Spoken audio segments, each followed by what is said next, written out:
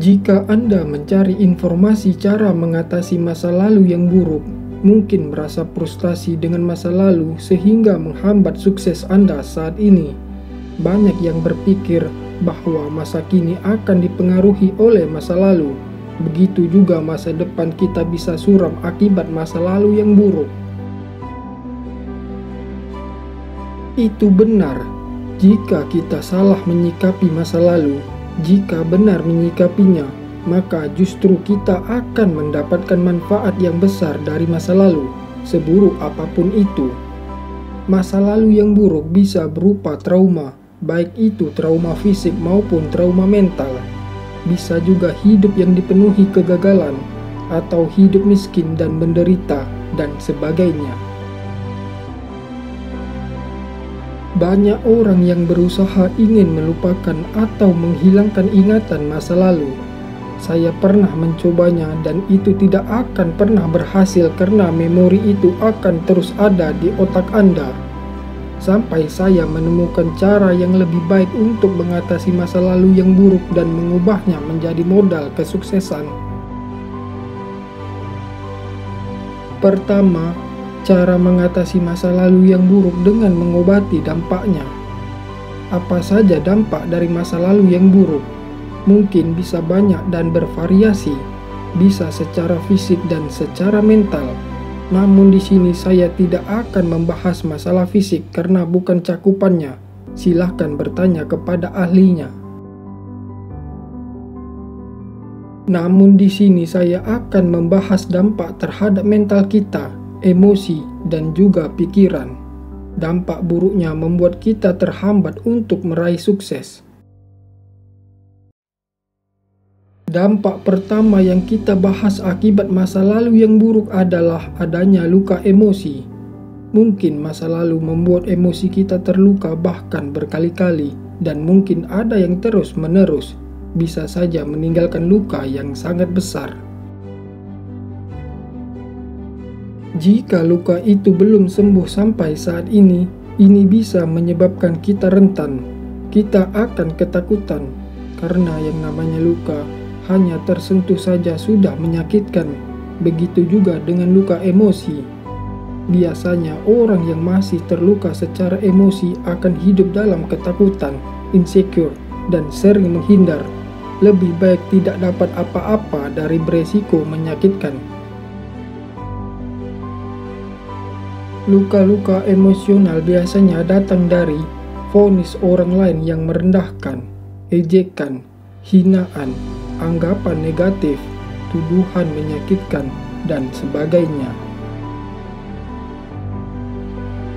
Dan sumber penyakit ini akan sangat kuat jika datang dari orang yang memiliki otoritas dan berulang-ulang. Lalu bagaimana cara menyembuhkannya? Maafkanlah mereka. Luka emosional akan tetap ada selama Anda membiarkan orang lain melukai Anda. Namun sekali Anda memaafkan orang lain, maka luka itu akan hilang seiring hilangnya marah Anda kepada orang yang telah melukai Anda. Mungkin Anda merasa tidak marah, namun jika seseorang pernah mengatakan sesuatu yang merendahkan Anda, tetap saja harus Anda maafkan.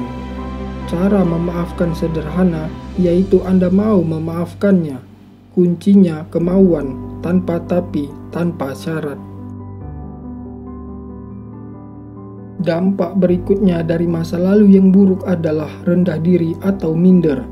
Saya membedakan istilah rendah diri dengan rendah hati yang merupakan akhlak mulia. Rendah diri itu cara melihat potensi diri yang rendah. Mengapa seperti itu? Karena masa lalu yang penuh kegagalan bisa menciptakan persepsi bahwa kita bukanlah orang yang mampu. Betulkah kondisi saat ini mencerminkan potensi diri Anda sesungguhnya? Selama masih bisa bertindak, kondisi hari ini bukanlah cerminan potensi Anda. Anda masih bisa belajar dan masih bisa bertindak untuk menciptakan kehidupan yang lebih baik lagi. Selama masih bisa belajar, berarti masih ada potensi yang bisa dikembangkan.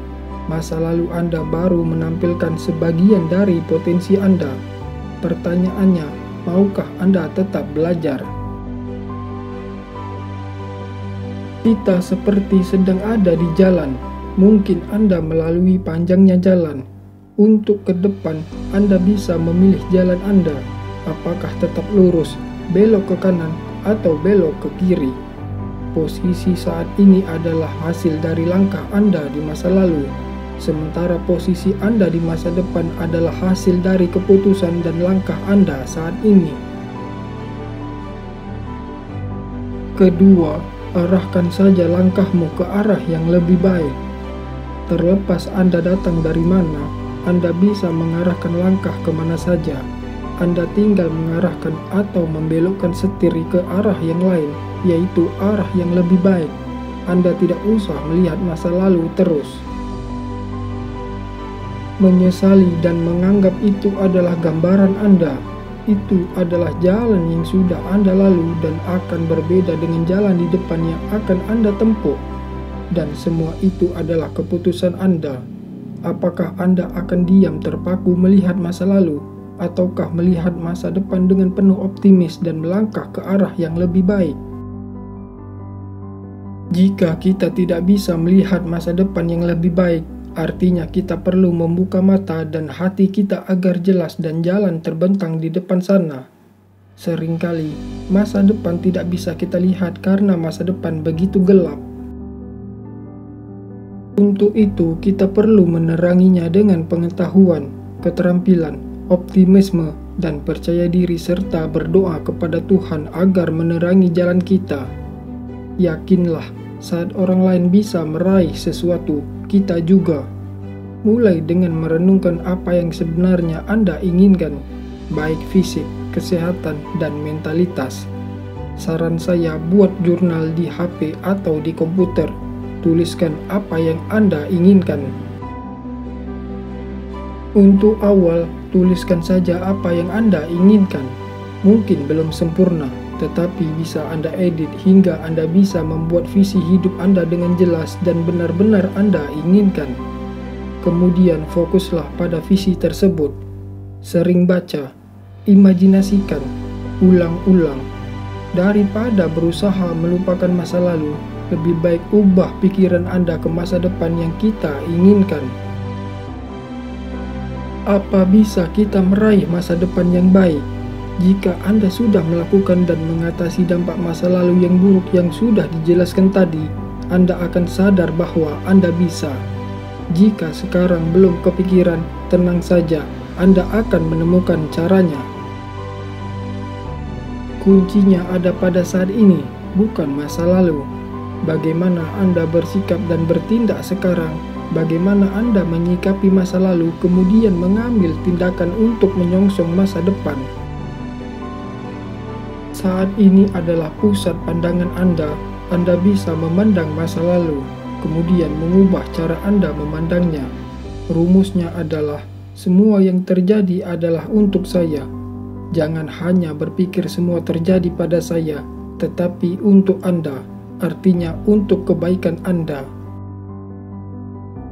Sederhana, cukup mengganti kata pada dengan untuk. Saat kita mengatakan semua yang terjadi untuk saya, maka pikiran akan fokus kepada apa yang diberikan untuk kita dari peristiwa-peristiwa itu. Siapa yang memberikan? Tentu saja Tuhan. Tuhan mengetahui yang terbaik bagi kita. Kejadian-kejadian masa lalu, meskipun tidak kita sukai, justru itu boleh jadi cara Tuhan memberikan yang terbaik bagi kita. Hal yang membuat kita merasa sakit atau menderita, itu akan membuat kita kuat. Hal yang membuat kita lelah, itu akan membuat kita punya daya tahan. Hal yang membuat kita gagal itu akan menjadikan kita lebih pintar. Kesalahan yang kita lakukan itu akan membuat kita lebih pintar. Berbagai masalah yang menimpa kita itu akan membuat kita makin bijak, dan sebagainya, tergantung cara memandang masa lalu Anda pada saat ini. Setelah mengetahui ini, justru kita malah bersyukur. Ternyata semakin banyak pengalaman masa lalu yang tidak kita sukai, semakin banyak kebaikan yang kita dapatkan. Semua keburukan itu, jika kita menerimanya dengan baik, menyikapinya dengan baik, dan mengambil hikmah serta pelajarannya, maka akan berubah menjadi kebaikan yang sangat besar. Bisa berupa pribadi kita yang semakin baik dan juga bisa berdampak positif terhadap kesuksesan kita.